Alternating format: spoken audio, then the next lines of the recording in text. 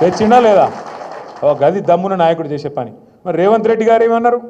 నేను చేస్తా, ఇది చేస్తా, అది చేస్తా అని పోయిండు. ఇక ఆడ ఉపన్యాసాలు వీళ్ళు ఒకరికి మించి ఒకరు మైకులు. ఒక ఆయన ఎమ్మెల్యే సాబ్ మాట్లాడుతూ నేను చూస్తూ ఉన్నా, మోడీ గారిని వంగబెట్టి గుద్దుతూనే వస్తాయి రిజర్వేషన్ అని కూడా అంటాడు. ఈ గుద్దుడేంది, తన్నుడేంది, ఈ పని గడబోతారు ఎవడన్నా పోయి. ఇవాళ ఏం సాధించారు మరి? బీసీలకు మీరే చెప్పారు కదా, కామారెడ్డిలో బీసీ డిక్లరేషన్ అని పెట్టి మీరే చెప్తిరి 42% రిజర్వేషన్ ఇస్తాం. ఏది ఓన్లీ ఎలక్షన్లలో కాదు, విద్యల, ఉద్యోగాలల్లా, ప్రభుత్వ కాంట్రాక్ట్లల్లా, రాజకీయంలో, నాలుగిట్లా 42% రిజర్వేషన్ ఇస్తాను నువ్వే చెప్పినావు. ఆ రోజు నువ్వు చెప్పలే కదా బీసీ డిక్లరేషన్లో? రాహుల్ గాంధీ ప్రధానమంత్రి అయితేనే ఇస్తా అని చెప్పినావు ఆ రోజు. ఆ రోజేమో అందరికీ మీరు ఓట్లు వేయండి బీసీలందరూ, నేను 42% రిజర్వేషన్ ఇస్తా అని చెప్తివి. అదొక్కటే మాత్రమే కాదు, ఇంకేం చెప్పిండు? బీసీ సబ్ ప్లాన్ తెస్తా, చట్టబద్ధత తెస్తా, ఒక్కొక్క రూపాయి ప్రభుత్వం ఖర్చు పెడితే అలా 42% బీసీలకు పోయేటట్టు చట్టబద్ధత తెస్తా అని చెప్పినావు. చేసినావా మరి? నీ చేతుల పని కదా అది. సరే రిజర్వేషన్లు అంటే నీ చేతులు లేవనుకుందాం, ఢిల్లీలో చేతులు ఉన్నాయి అనుకుందాం ఒక నిమిషానికి. మరి నీ చేతుల బీసీ సబ్ ప్లాన్ ఉన్నది, సంవత్సరానికి 20,000 కోట్ల బడ్జెట్ పెడతా అన్నాడు బీసీలకు. 2 బడ్జెట్లు అయిపోయినాయి, 2 కలిపి కూడా 20,000 కోట్లు పెట్టలే, ఖర్చు అయితే 10,000 కోట్లు కూడా పెట్టలే. మరి ఏమయ్యా 1,00,000 కోట్ల బడ్జెట్, 5 ఏళ్లలో 1,00,000 కోట్లు బీసీలకు పెడతానన్న బడ్జెట్ ఏడవైంది? అది నీ చేతుల్లోనే ఉంది కదా, అది పెట్టాడు.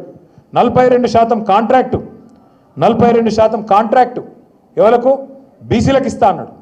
మరి మీ పరిగిలో కాంట్రాక్ట్లు అవుతున్నాయి, ఆ రోడ్ వర్క్లు అదో ఇది అవుతాయి కదా. 42% వచ్చినాయా బీసీలకు? రాష్ట్రంలో ఎక్కడైనా వచ్చినాయా? మరి ఇవన్నీ అయితే నీ చేతిలో ఉన్నాయి కదా. ఒక జీవో ఇస్తే అయిపోతుంది కదా, అసెంబ్లీ పెట్టి బీసీ సబ్ ప్లాన్ పాస్ చేయొచ్చు కదా, బడ్జెట్లకి 20,000 కోట్లు ఇవ్వచ్చు కదా. ఇవేవి ఇయ్యడంట, ఇక్కడ ఆయన చేతులున్నాయేమో ఇయ్యడంట. కానీ ఢిల్లీకి పోయి రిజర్వేషన్లు సాధిస్తాను పోయిండు. అట్లా కూట్ల రాయిది అనేవాడు ఏట్ల రాయిదిస్తాను పోయిండంట. అయితే వీళ్ళతోని అమ్మకు అన్నం పెట్టినాడు చిన్నమ్మకు బంగారు గాజులు చేస్తాడా? అంటే ఇంత విచిత్రమైన మనిషి. ఇంకా గమ్మత్ ఏంటంటే ఆడపోయి మళ్ళీ కేసీఆర్ తిట్టుడు ఢిల్లీకి పోయి. రేవంత్ రెడ్డి గారికి ఒక సమస్య ఏదో ఉన్నది, ఖచ్చితంగా ఉన్నది ఆయనకు. కేసీఆర్ పేరు తీసుకోకుండా ఉపన్యాసం చెప్పాడు ఆయన. మీరు చూడుర్రి, పాపం కేసీఆర్ గారు ఏమన్నాడు? ఆయన 20 నెలలు ఆయన పని ఆయన చేసుకుంటాడు, ఆరోగ్యం మీద కొద్దిగా డీలా పడేది, మంచిగా చేసుకునే ప్రయత్నంలో కేసీఆర్ గారు ఉన్నారు. ఈయన రోజు అది ఎక్కడైనా సరే, ఢిల్లీ అయినా అసెంబ్లీ అయినా ఏడ మాట్లాడినా నిద్రలో కూడా కలవరిస్తున్నా, నా డౌట్. వాళ్ళ భార్యను అడగాల మరి, నిద్రలో కూడా కలవరిస్తున్నా ఏం పేరు కేసీఆర్ పేరు. అంటే ఎంత ఫోబియా పట్టుకుందంటే, ఎందుకింత భయం నీకు? నువ్వు ముఖ్యమంత్రి కావాలనుకున్నావు, అబద్ధాలు చెప్పినావు, 420 అడ్డమైన హామీలు ఇచ్చినావు, ప్రజలు నమ్మినరు, ఓటేసిర్రు, నీకు అవకాశం ఇచ్చిర్రు, పని చేయి. 6 గ్యారంటీలు అన్నావు, పని చేయి. ఎందుకు ఈ డ్రామాలు? నేను అడుగుతా, బీసీలను మోసం చేస్తున్నావు రేవంత్ రెడ్డి, నువ్వు డ్రామా చేస్తున్నావు అన్నా అంటే నన్ను తిడతాడు నిన్నాడ. నీది డ్రామా, నీ పేరే డ్రామా. ఎవరది డ్రామా? నేను అంటున్నా ఇవాళ రేవంత్ రెడ్డి గారు, రాహుల్ గాంధీతో నీ దోస్తీ ఒక పెద్ద డ్రామా, మోడీ గారితో నీ కుస్తీ ఇంకా పెద్ద డ్రామా, చంద్రబాబుతో నీ దోపిడి, చంద్రబాబు చేస్తున్న జలదోపిడీ విషయంలో నువ్వు ఫైటింగ్ చేస్తున్నట్టు చేసుడు అది పెద్ద డ్రామా, నీ మేనిఫెస్టో ఒక పెద్ద డ్రామా, నీ డిక్లరేషన్ దానికంటే పెద్ద డ్రామా, అన్నిటికీ మించి అసలు నువ్వు కాంగ్రెస్ పార్టీలో ఉంటావని నమ్మించుడే దానికంటే పెద్ద డ్రామా. అరే రే రే రే ఎట్లా నమ్ముతారో నాకైతే అర్థం కాదు. ఈ మనిషిని తెలిసినాక, ఈ మనిషిని చూసినాక ఎట్లా నమ్ముతారో నాకు అర్థం కాదు. ఎప్పటికప్పుడు మాటలు మారుస్తాడు, కుల్లా చెప్తున్నాడు ఆయన.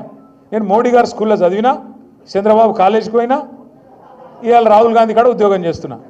అంటే రేపు ఇంకెటన్నా మిగతా అని చెప్తున్నట్టే కదా లెక్క. ఎటు సందు దొరికితే అటు పోతా. ఒక సిద్ధాంతం లేదు, ఒక నిబద్ధత లేదు, ఏది లేదు.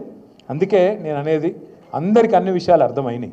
ఇవాళ రైతులకు అర్థమైనాయి, మహిళలకు అర్థమైనాయి, పిల్లగాళ్ళకు అర్థమైనాయి. 2 లక్షల ఉద్యోగాలు అన్నాడు, వచ్చినాయా 2 లక్షలు?